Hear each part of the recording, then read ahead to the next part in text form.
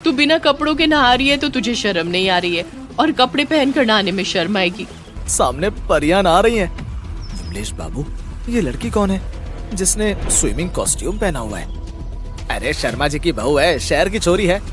क्या बात है, आज हम इसका ही वीडियो बनाएंगे। गांव का तालाब विद शहरी तड़का। रीता, वो लोग कौन है? बड़े आवारा लग रहे हैं। मुझे लग रहा है कि वो हम दोनों का वीडियो बना रहे हैं। छोड़ो भाभी, ये रोज की बात है। ये जमींदार का लड़का है जो अपने दोस्तों के साथ रोज यहाँ आता है। इसे मजा चखाना ही होगा।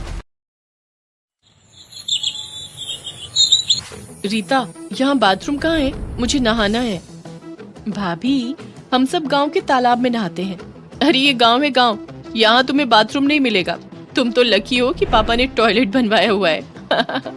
ओह माय गॉड, तालाब तो ओपन होता है, वहाँ कैसे नहा सकते हैं? तुम लोग को कोई दिक्कत नहीं होती? रीता का चेहरा उतर जाता है, लेकिन फिर भी वो हंसते हुए कहती है, अरे भाभी, आप तो इसे स्विमिंग पूल समझो। गांव की सभी औरतें इसे स्विमिंग पूल में नहाने का मजा लेती हैं। Very funny. एनीवेज, कोई ऑप्शन तो नहीं है, तो फिर चलो। सौम्या अपना स्विमिंग कॉस्ट्यूम पहनकर तालाब में कूद जाती है। गांव की औरतें थीं, उसे देखकर बातें करने लगती हैं। हाय दैया, ये क्या? शर्मा जी की बहू ये क्या पहनकर नहा रही है? गौरी भाभी, शहर के चोचले हैं, तुम न समझोगी। अरे भाई, नहाने के लिए कपड़े तो उतारने ही पड़ेंगे। तुम लोगों ने भी तो नहाने के लिए कपड़े उतारे हैं। हाय रीता, बहुत मजा आ रहा है। तालाब का पानी तो काफी फ्रेश लग रहा है। मुझे भी नहाना है भाभी, मैं भी आती हूँ। रीता नहाने की तैयारी करने लगती है और बाकी गांव की औरतों की तरह अपने शरीर पर एक कपड़ा बांध देती है। ये क्या, तेरे पास स्विमिंग कॉस्ट्यूम नहीं है? मेरे बैग में एक और कॉस्ट्यूम रखा है, तू उसे पहनकर आजा। छी छी, मैं ये नहीं पहन सकती भाभी, मुझे तो बड़ी शर्म आएगी। कमाल है, तू बिना कपड़ों के नहा रही है तो तुझे शर्म नहीं आ रही है, और कपड़े पहनकर नहाने में शर्म आएगी। वाह वाह, तुम गांव वाले। ओके। जमींदार साहब का लड़का अपने दोस्तों के साथ बैठा हुआ गांव में नहाती हुई औरतों को देख रहा था। क्या बात है, लगता है हम लोग परिवेश में पहुंच गए। सामने परियां नहा रही हैं। विमलेश बाबू, ये लड़की कौन है जिसने स्विमिंग कॉस्ट्यूम पहना हुआ है? अरे शर्मा जी की बहू है, शहर की छोरी है। क्या बात है, आज हम इसका ही वीडियो बनाएंगे। गांव का तालाब विद शहरी तड़का। रीता, वो लोग कौन है? बड़े आवारा लग रहे हैं। मुझे लग रहा है कि वो हम दोनों का वीडियो बना रहे हैं। छोड़ो भाभी, ये रोज की बात है। ये जमींदार का लड़का है जो अपने दोस्तों के साथ रोज यहाँ आता है। इसे मजा चखाना ही होगा। कल इसका नशा उतार लूंगी। अगले दिन सभी औरतें फिर नहाने के लिए तालाब पर जाती हैं। विमलेश पहले से ही अपने दोस्तों के साथ वहाँ बैठा हुआ था। मिस्टर, ये औरतों के नहाने की जगह है, यहाँ पर आपका कोई काम नहीं है।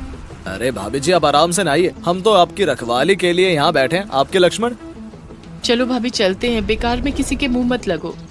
देखिए कितनी समझदार है आपकी ननद। जानती है अगर इसने मुंह खोला तो आप सबके वीडियो यूट्यूब पर वायरल हो जाएंगे। रीता सौम्या को खींचती हुई वहाँ से ले जाती है। भाभी, ये लोग बहुत खतरनाक हैं, इनसे मत उलझिए। आभा भाभी ने इनसे उलझने की हिम्मत की थी तो इन्होंने उनको बर्बाद कर दिया। मुझे सच सच बता, क्या हुआ था? तू इतनी डरी हुई क्यों है? कोई ना कोई बात जरूर है। भाभी, हम गांव की औरतें जब भी यहाँ पर नहाने आते तो ये विमलेश और उसके दोस्त तरह तरह के भद्दे मजाक करते। आभा भाभी ने इसकी शिकायत मुखिया जी से कर दी। मुखिया जी, हम गांव की बहू बेटियां हैं। जमींदार साहब का बेटा महिलाओं के नहाने के तालाब के पास बैठकर भद्दे मजाक करता है। हमारा नहाना मुश्किल हो गया है।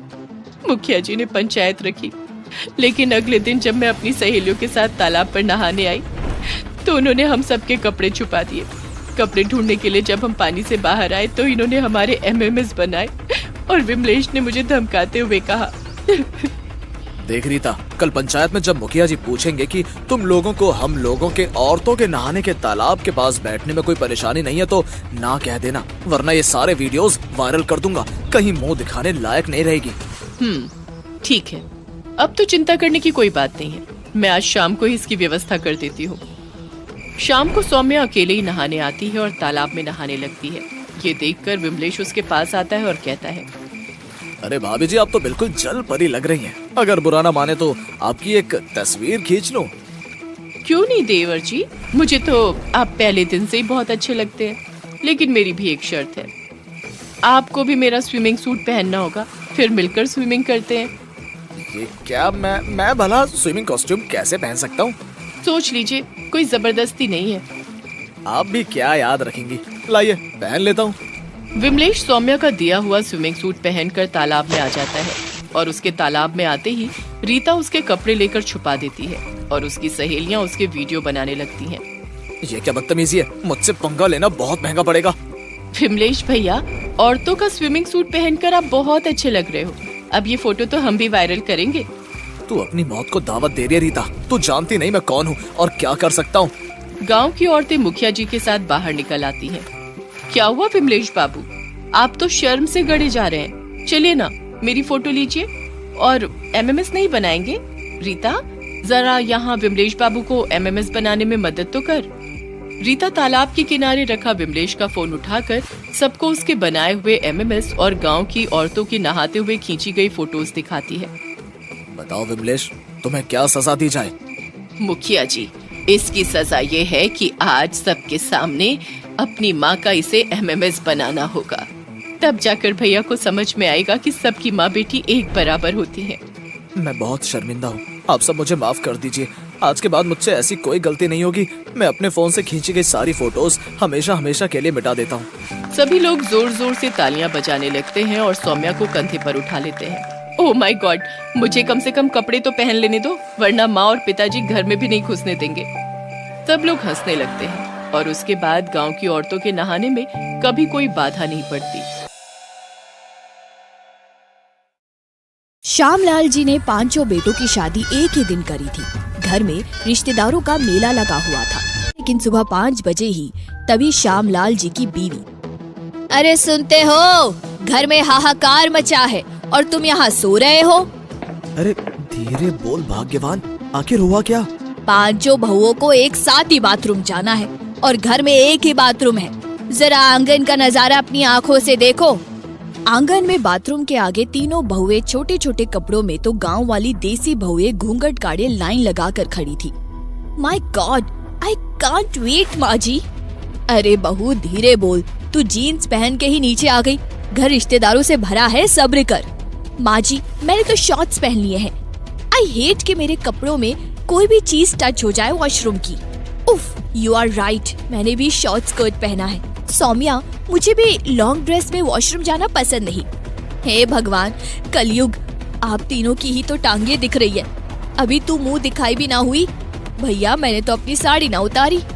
अरे अम्मा जी, आखिर गुसल खाने में है कौन? मैं तो लोटा लेकर बाहर ही बैठ जाती हूँ। छी छी, डिस्कस्टिंग, ये गांव के लोग।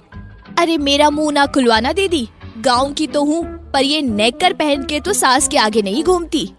अरे तो इसमें बुरा क्या है? साड़ी पहन के बड़ी सफाई से रह पाओगी क्या? मम्मा, मैं वेट नहीं कर सकती, आप दरवाजा खुलवाइए ना। अरे माँ जी, इस तरह लाइन लगा के कब तक खड़े रहेंगे? अरे हाँ हाँ, बस अभी खुलवाती हूँ। कौन है भाई? जरा जल्दी बाहर आओ, नई बहुओं को जाना है। अंदर से ताऊजी की आवाज आती है। अरे सुधा, ये मैं हूँ तेरा जेठ। कल खाना ज्यादा खा लिया तो थोड़ी बदहजमी हो गई। जरा बहुओं से कह दे पर्दा कर ले, मैं आ रहा हूँ। What? पर्दा?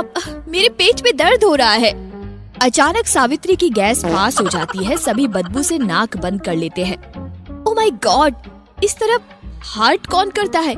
बदबू से नाक सड़ गई। अरे नखरे तो देखो, पेट से हवा निकलेगी तो बदबू ही आएगी। तेरे पेट से गुलाब का इत्र निकलता है क्या?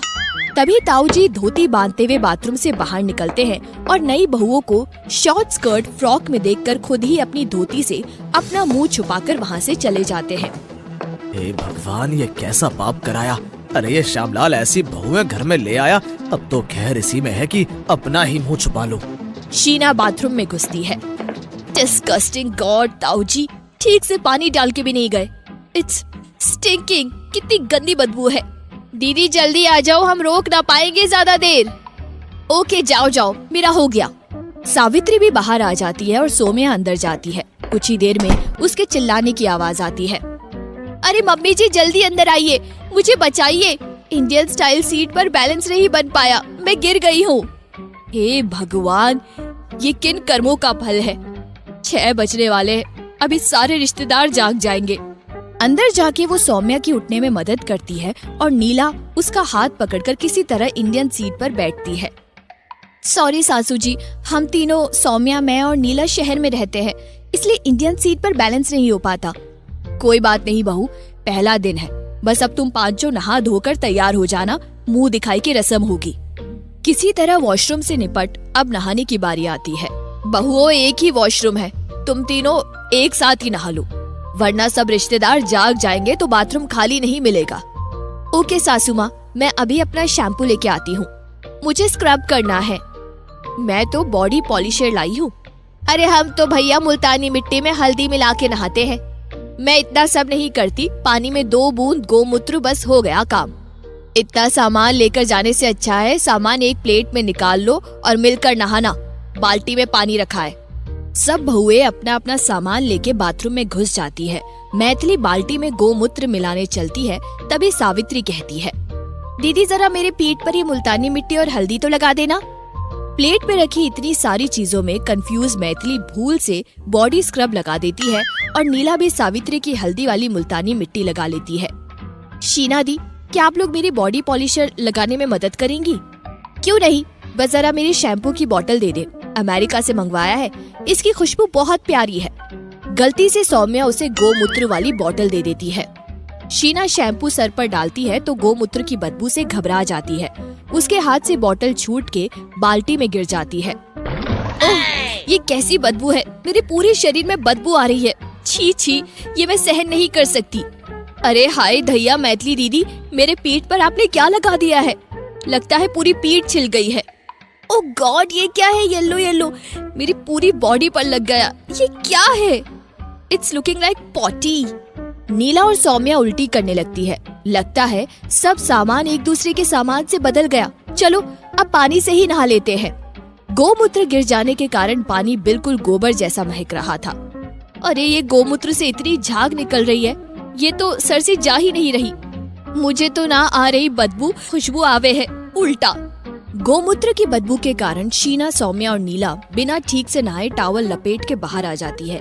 मैथिली भी शीना के शैम्पू की झाग और सावित्री स्क्रब की रगड़ से घबराए हुए पेटीकोट गले में बांध बाहर आ जाती है। हाय दैया सुधा, तेरी बहुएं तो देख बिना कपड़ों के बाहर आ गई। किसी के सर पे शैम्पू है तो किसी के मुंह पे हल्दी। Mummy ji please help me, मेरे सर से गोबर का बदबू आ रहा है। मेरा अमेरिका का शैम्पू था। मेरा बॉडी स्क्रब कितना गंदा पॉटी जैसा बन गया, निकल भी नहीं रहा सासू माँ। अरे अम्मा जी, हमरे सर पैर तो ये झाग का पहाड़ बन गया है, जितना धोए उतना बढ़ता जाए है, ऊपर से गोबर की बदबू। मम्मी हमारी मदद करिए। अरे लक्ष्मी, जरा अपनी भाभीयों की मदद कर। बुआ जी आप सबको वही रोक लो, इज्जत का सवाल है। अरे कसम से बुढ़ापे में यही देखना रह गया था बहू। अरे भैया आंखें बंद करो, आगे ना जाना, क्या क्या देखना बाकी है। लक्ष्मी कुएं से पानी निकाल उनको आंगन में नहाने में मदद करती है। वे सब नहाकर वही कपड़े बदलने लगती है और उनके लगाए परफ्यूम से घर महकने लगता है। हे भगवान, इज्जत बचाना, चलो ये मुसीबत तो टली। अरे सुधा, 5 दिशाओं से 5 बहुएं लाई है, अभी न टली है तेरी मुसीबत। ये देख, आधा घर खुशबू से महक रहा है और आधा गोबर की बदबू से बास मारने लगा है। अरे जीजी, मेरा दिमाग काम नहीं कर रहा, मुंह दिखाई हो जाए। तभी शीला, नीला और सौम्या हाई हील और शॉर्ट स्कर्ट में और सावित्री और मैथिली भी साड़ी में आ जाती है। मम्मी जी हम सब तैयार हो गए, आप टेंशन मत लीजिए, सबको बुला लीजिए। दया रे दया, सब लोग तुम लोगों का चेहरा देखने आ रहे हैं और तुम लोग इस तरह नंगी पुंगी बैठी हो। अरे जो चेहरा पहले से ही खुला है, भला उसे कोई क्या देखेगा। सही कहा दीदी आपने, अब तो रिश्तेदारों के सामने मजाक ही उड़ेगा। मैंने ये सब सोचा ही नहीं। अरे बहुओं, ये तुम्हारा घर है, 5 बहुओं के होते हुए भी घर की इज्जत गई काम से। ऐसा कभी नहीं होगा माँ जी, हमारे रहते हुए तो कभी नहीं होगा। क्यों शीना दीदी, सौम्या दीदी और नीला दीदी, क्या हम लोग अपने घर के नाक कटने देंगे? 5 बहु एक साथ बोली, कभी नहीं कभी नहीं। पर बहुओं, अब होगा क्या? गाँव के लोग तुम्हारे कपड़े देखकर बहुत ताने मारेंगे। दीदी आप अपनी शादी की चुनरी अपनी स्कर्ट पर साड़ी की तरह लपेट अपने चेहरे घूंघट से ढक लीजिए। सभी लोग उसकी बात मानकर ऐसा ही करते हैं। एक एक करके सभी रिश्तेदार आते हैं और उनके घूंघट उठाकर उनका चेहरा देखते हैं और उनकी तारीफ करके चले जाते हैं। तुम 5 ने तो घर की इज्जत रखी, असली बहू वही होती है जो वक्त पड़ने पर मिलकर एक दूसरे का साथ देती है और घर की इज्जत बचाती है। तभी वहाँ ताऊजी आते हैं। उन्हें देखते ही पांचों बहुएं इज्जत से उठ जाती है। स्कर्ट पर चुनरी ओढ़कर बैठने पर तो पैर ढके थे, खड़े होते ही उनके पैर दिखने लगते हैं और चगरा ढका रहता है। ताऊजी राम राम करते हुए अपना चेहरा ढक लेते हैं। मैं यही कहूँगी, बहुओं हो तो सुधा की बहू जैसी हो। खुश, मुंह दिखाई में मुंह तो छुपा ही लिया। सब हंसने लगते हैं और सभी वादा करती है कि धीरे धीरे वे सब सीख घर की इज्जत दांव पर ना लगने देगी। जीवन पहले की तरह खुशी खुशी चलने लगता है।